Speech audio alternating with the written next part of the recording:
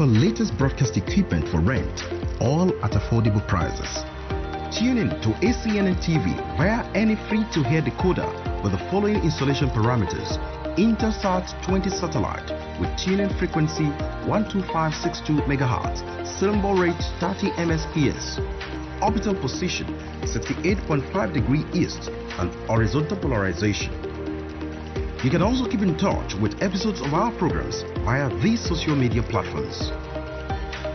For inquiries, please call 070-3265-6544 or mail us via enquiries@acnntv.com.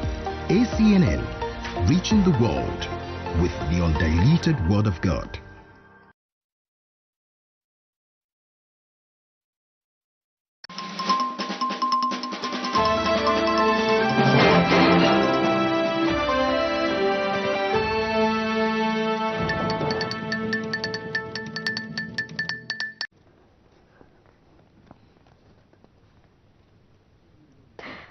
Hello viewers, welcome to the news update on ACNN TV.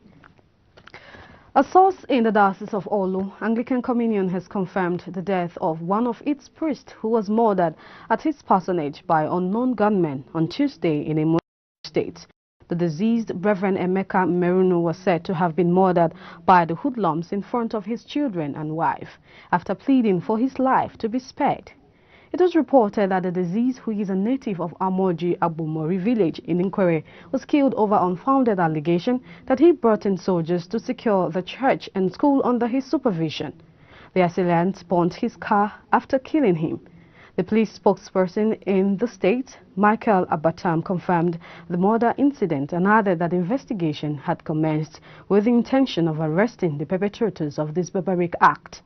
Efforts by ACNN to reach the diocesan as at the time of this report is yet to be positive, as he isn't picking up calls nor responding to messages. The source called for prayers to be made for the family of the deceased, especially for the children who were at the scene, to overcome the trauma, and also for peace to return in the southeast. Meanwhile, reacting, IPOB's spokesman, Emma Powerful, said anyone caught enforcing the order henceforth would be dealt with. According to him, anyone moving contrary to the cancellation of the seat at home would face their wrath, saying that IPOB is not clan meeting.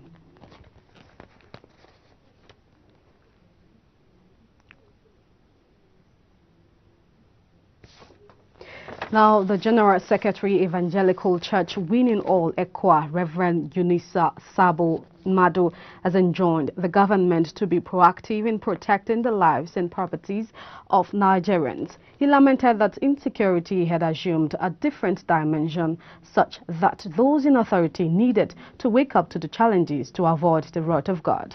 Speaking at First Ekwa Church, Samaru Kataf, during the burial service of late Reverend Yakubu Silas Ali, killed by unknown gunmen between Zangun Town and Kiboru, Zangun Kataf local government area of Kaduna State, Reverend Madu noted that there was the urgent need for Nigerians to be protected from those that have given themselves to doing evil in the society. The ECHO General Secretary, while consoling the people, enjoined Nigerians to join the church in crying to God to arise and take charge of the current insecurity in the land.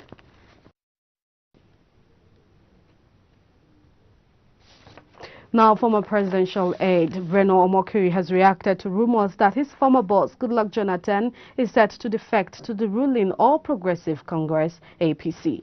There have been speculations that the APC was wooing Jonathan to become its presidential candidate in the 2023 general elections. Also, the party said it will welcome Jonathan if he decides to join the party. APC's National Secretary, Senator John, who stated this, said Jonathan, like every other new entrant, will be accorded rights and privileges extended to all members, irrespective of the date they joined. However, Omokiri, while fielding questions from his followers on Facebook on the speculations, said God would forbid that such thing would ever happen. He went on to describe Jonathan as an honorable man who will never consider bringing such shame on the good name he has made. And the federal government has again pleaded to Twitter services in the country. Sorry, I'll take that. The government have pledged to restore Twitter services in the country 100 days after the tech giant was banned in Nigeria. Minister of Information and Culture Lai Mohammed disclosed this while briefing State House reporters after the weekly Federal Executive Council meeting in Abuja. He said that the government is working hard to restore Twitter's operations in Nigeria.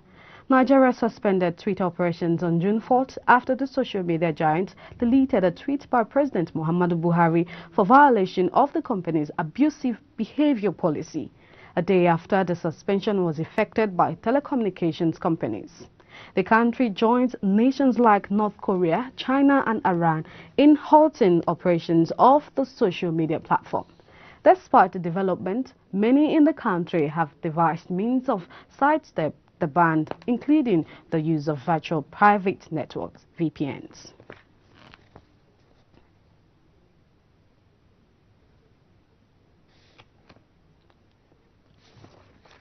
And West African bloc ECOWAS said it will meet today to discuss possible steps after Guinea's president was ousted in coup earlier this month. These, according to Guinea's foreign minister. Recall that on Wednesday, the army rulers held talks with the country's civil society a day after meeting with politicians and leaders of political parties.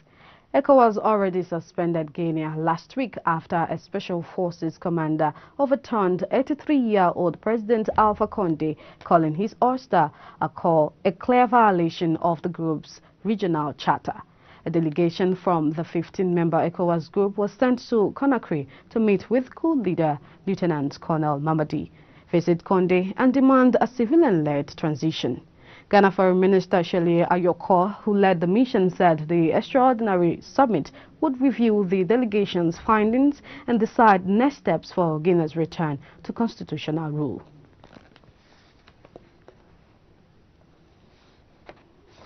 And on sports now, Lionel Messi finally made his first start for PSG, but the disjointed French giant had to settle for a 1-1 draw with Club Brugge in Belgium to begin their Champions League campaign.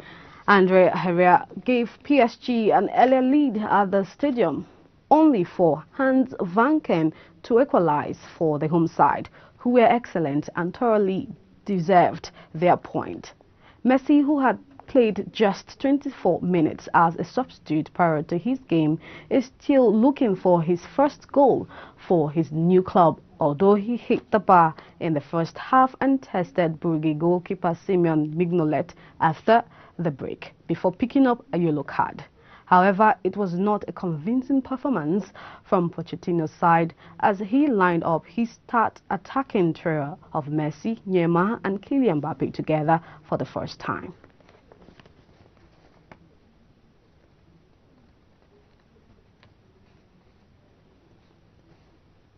So viewers, that's it on the news updates on ACNN TV.